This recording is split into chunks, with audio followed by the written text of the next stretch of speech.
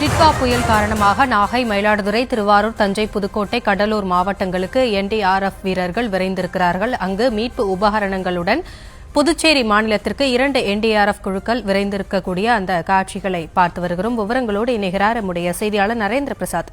நரேந்திர பிரசாத், முழு விவரங்களை வழங்கலாம். வணக்கம் மாசினி. ராணிப்பேட்டை மாவட்டம் தக்கோலம் பகுதியில் 4வது தேசிய படை பேரிடர் மீட்பு படை என்டிஆர்எஃப் செயல்பட்டு வருகிறது.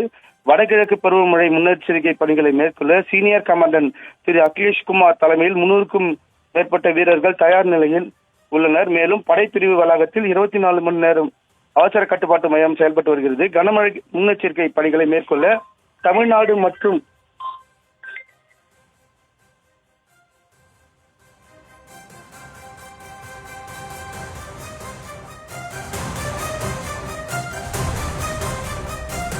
டிட்வா புயல் காரணமாக களத்தில் என்டிஆர்எஃப் வீரர்கள் தயார் நிலையில் மீட்பு உபகரணங்களுடன் இருக்கக்கூடிய அந்த காட்சிகளை பார்த்து வருகிறோம்.